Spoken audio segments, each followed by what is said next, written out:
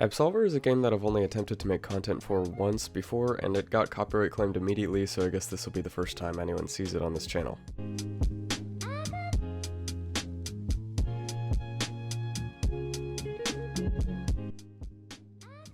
I can almost guarantee you haven't heard of this game before, and that's what I want to talk about in this video. Absolver is a fighting game with a primary focus on 1v1 player versus player combat. The fighting system is incredibly unique, allowing players to completely customize their fighting style from the ground up using moves that they learn by fighting other players and NPCs. Every attack is incredibly well animated, and while some are statistically better than others, all of them are fun to play with in some capacity and can be useful if used correctly. There are 5 unique fighting styles in the game, each offering a different defensive ability and idle fighting stance, those being Stagger, Windfall, Forsaken,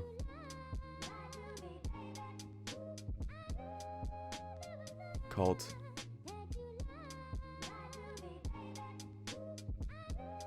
and Phagin, which is my personal favorite. Each has a ton of depth and takes many hours to master. I myself am still learning how to use Phagin and have a long way to go before I master it. So if the game's combat has all this depth to it, what's the problem? Well, this game's already small community is dying and more people need to hear about this game. Of course there are problems with the game, its lack of ability to retain new players isn't without reason. I'll be blunt, this game is severely lacking in content. The game's story is extremely sparse, only requiring you to scour the map and kill 9 mini-bosses before ascending the tower and killing the final boss.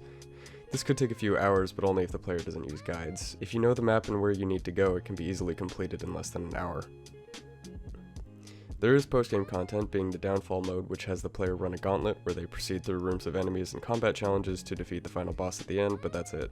Aside from the PvP, that's all the content this game has to offer, and it seems that the developers Slow Clap Studios have no plans to continue making content. Now, I couldn't make a video on Absolver without talking about the style. The game has an insane amount of different clothing and armor options that allow you to style your character to look pretty much however you want. If you take a look at the r/Absolver subreddit, this is known as FabSolver, and this community loves to share their awesome creations. This to many people is one of the best parts of the game, and I can't really disagree. I too find a lot of enjoyment in trying to make my character look cool, even if it doesn't have much effect on the gameplay. Okay, so obviously this is the single most important part of the game, and how does it hold up? Very well, in my opinion. Like I said, when you really get into it, some attacks are objectively better than others, but realistically every attack has its place if used correctly. The combat decks are based around 4 stances that you can switch between seamlessly during combat. Each stance has a string of 3 attacks and 1 alternative attack assigned to it that are completely customizable. You can make those attacks literally whatever you want as long as you have the move unlocked. This to me is really the biggest appeal of the game. I find a lot of enjoyment in building combat decks that seamlessly string together.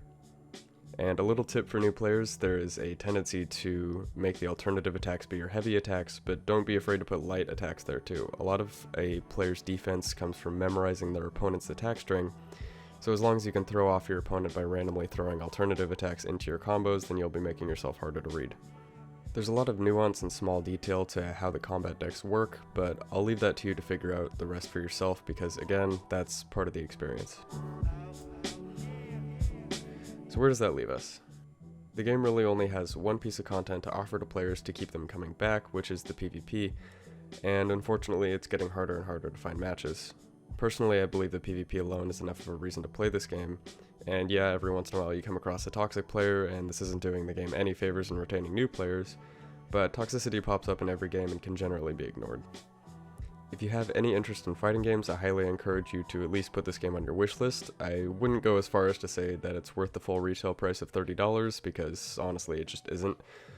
But if it goes on sale, I highly recommend that you pick it up and give it a try. Experiment with the different styles in the game, see what you like and what works for you. I also highly recommend that you don't use guides for your story playthrough. Part of the experience of the game is learning the layout of the map, as well as running around and fighting NPCs to learn their moves. If you look up a guide and just speedrun the bosses, you'll end up finishing the game with an underdeveloped character and not enough learned attacks to create a proper combat deck. I also do not recommend entering a 1v1 until you have completed the story, as a lot of the players that do still enter matchmaking are highly skilled and you will most likely lose your first few matches, but you will get straight up bullied if you try to enter a 1v1 with the default deck.